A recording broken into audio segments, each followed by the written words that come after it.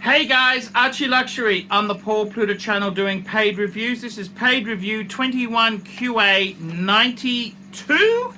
Quick wristwatch check. I'm wearing a Rolex Milgauss Z Blue.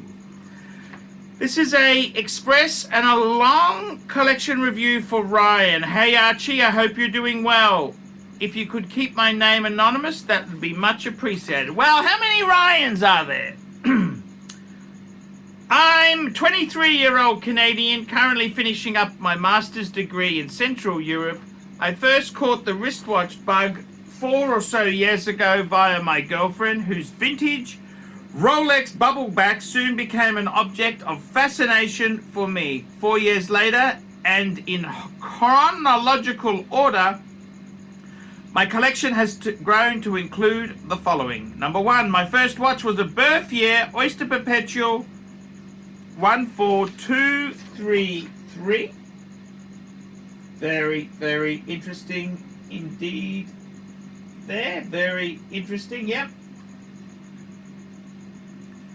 14233. Given that the piece is two-tone and 34mm, it's currently not one that would appeal to everyone. However, given a smaller size wrist and an unwavering affection for mixed metals, I have no regrets, regardless of the watch that will come and go through the years. This one was my first, and for that alone, it's definitely a keeper. I gotta say, what a beautiful watch in two-tone. My second watch was a white and yellow gold Cartier Santos Dumont.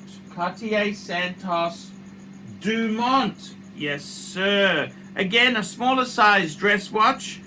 A piece that has an undoubted niche appeal. The Santos Dumont is said to have been the first men's wristwatch worn by the Brazilian aviator who was known to rock up at Parisian cafes in his hot air balloon. Yes. And there's a bit of controversy whether he's actually the first person to have a flight in an aircraft. Dumont seems to have beat the Wright brothers, but hey, we'll just leave it at that. Late 40s, next piece, late 40s, new old stock, Cornavin Dato Core Big Day, an auction pickup after a write-up on Hodinkey's. Bring a loop featuring a quirky movement with a date that doesn't need reset to one after the 31st. A shooter, in many cases, just quirky and cheap enough to earn a permanent spot in my watch box. Interesting. And then we've got a Rolex 18038 with diamond dial. This is the day date. This one was a very generous gift from my father. He wore it previously for my undergraduate graduation. I know you've had mixed feelings about these vintage day dates in the past, but it certainly does the trick for me. Yes, what a nice piece. And what a great gift. And then we've got a Tudor Black Bay 36, a perfect discount explorer, easy to service ETA movement, and it won't get you mugged at gunpoint when traveling to more precarious parts of the world. I bought a Black Bay 32 for my girlfriend for Christmas. She absolutely loves it as an everyday wear, but is less impressed by the gift after hearing of your Birkin purchases. Yes. That's for my wife, not a girlfriend, and we've been together 16 years.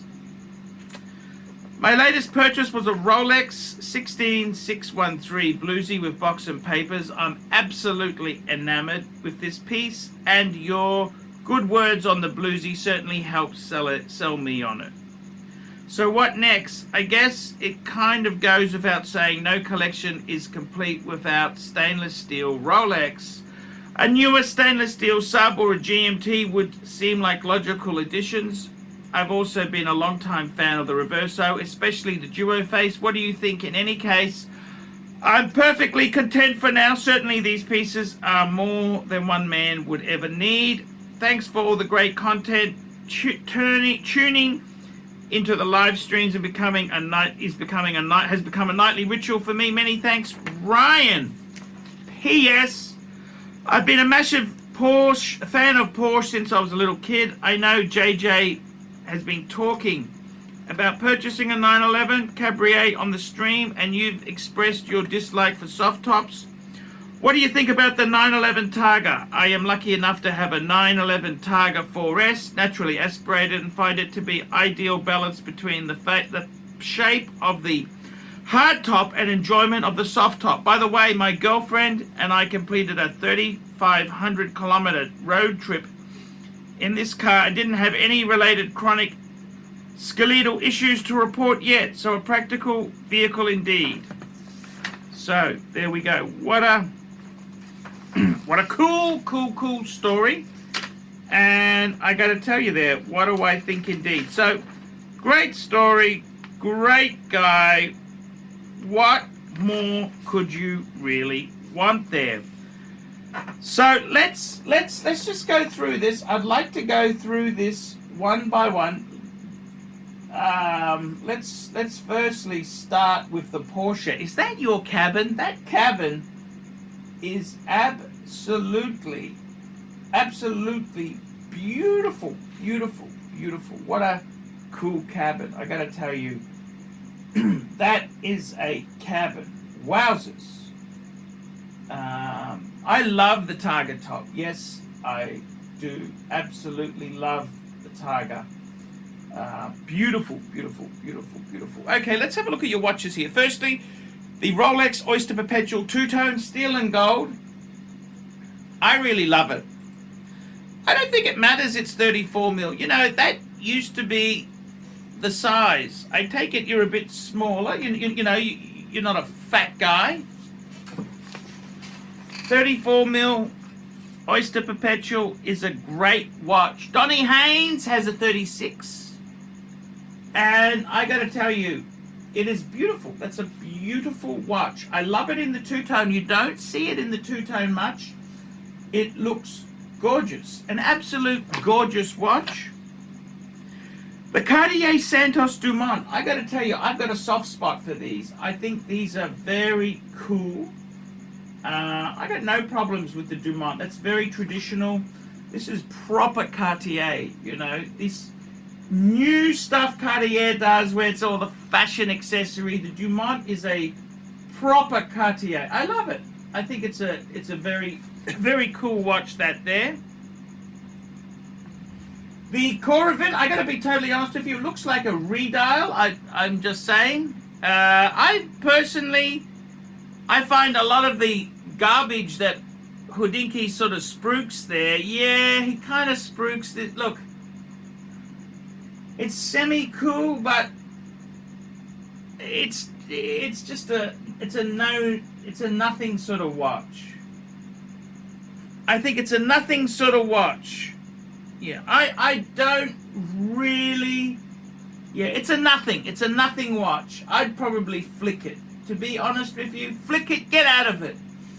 You don't need it. It's a nothing brand there. Then we've got, yeah, I just think that the Houdinki, you know, he pushes these things and people get all excited about it. It's garbage. It's nothing special. I'd rather get a Rolex or put your money into something better than that. The Day-Day, oh, wowzers, diamond dial Day-Day, and it was your dad's. What a cool story. That's just cool. That is a cool watch. I love it. 36 on that. I remember having a date. I've had a couple of Day-Days. I've had a couple. And I think the 18238 is kind of my favorite. But you got an 18038 diamond, man, just enjoy it. What a lucky guy. I never got nothing like that from my dad. That's a beautiful piece. The Tudor Black Bay, well, I love them. I think the Tudor Black Bay 36. What a cool watch. It's a very, very cool watch. I love it. I think that is extremely cool. And then you've got your two-tone bluesy. Two-tone bluesy's a great watch. So what next? You know what? I would seriously, my advice to you, I would probably get rid of that stupid corner vin. Get rid of that piece of shit. I'd get rid of that piece of shit. And I'd get myself a wind and wear. I reckon a Air King. An Air King would be perfect for you because the Air King is it's beautiful. Or a Milgauss. Unfortunately, the 39mm Explorer 1 has shot up. I don't think it's worth. If I had a choice of a Milgauss Z Blue or an Explorer 1, I'd go Z Blue every day of the week. So I got to be totally honest with you there. If I were you, I'd get a Milgauss or I would get a Air King. That's what I would get. Wind and wear Steel Sports Rolex. But I don't think you need terribly much more than that. A newer Saab or GMT, sure, you could. I don't know. I just think a wind and wear simple Rolex would be beautiful, and a Reverso. Reversos are great. The Duos, you got to be a bit. What I found with the Duos is a lot of the Duos are in a smaller classic size. They tend to be in the smaller case. I prefer the bigger, the grand. Reverso Grand. I got a Grand Date, the grand size. I like the grand size. But if you like the smaller ones, they are amazing bang per buck on the secondary market. So certainly give that a shot there. That's what I would be doing. Yeah, I reckon you got a great collection. I don't think you need a lot. Enjoy your Porsches. Enjoy your girlfriend. You've got a beautiful. Get rid of that stupid corner vin. That's just garbage. And I'd keep the rest. That's exactly what I would do there. And I think the Porsche, man, what a great. You're so lucky. In my country, Porsche is so expensive. Porsche is so crazy expensive. So I think you're very, very lucky to have a Targa. I'd love a 911 Targa. What a cool car. So well done indeed. So yeah, no, that's great. Okay, excellent review there. Thank you so much, guys. Like, subscribe, and tell your friends. Put some comments below, guys. I can't survive on Google Ads alone. I need these paid reviews for me to survive. Without these paid reviews, it makes it very hard to survive. If you haven't done a paid review, I would really appreciate a paid review now. I'm ArchieLuxury, and I will see you in the next one. Also, you could sponsor me on Patreon. As little as $1 a month keeps me on YouTube. See you later. Hi guys, ArchieLuxury, and who do I recommend in America? In America, who do I recommend for quality pre-owned wristwatches? David SW, David SW, David SW. Go to davidsw.com. He is the best, the greatest pre-owned dealer in all of the United States of America. David SW, David SW, David SW. Hey guys, ArchieLuxury. Who do I recommend for watches in Brisbane and Sydney? Vintage Watch Co. That's correct. Vintage Watch Co. in Brisbane Arcade in Brisbane and the Strand Arcade in Sydney. Vintage Watch Co. Brisbane and Sydney. Ronnie, I've known him since the late 90s. Ronnie is a top bloke. Luke is a great guy. Vintage Watch Co. That is who I recommend in Australia. Check out Vintage Watch Co. and the guys' amazing range of watches. They also do service and repairs. Vintage Watch Co. That is where the Pontiff goes. You know, some of my Patek's came from Vintage Watch Co. That's right, guys. Vintage Watch Co.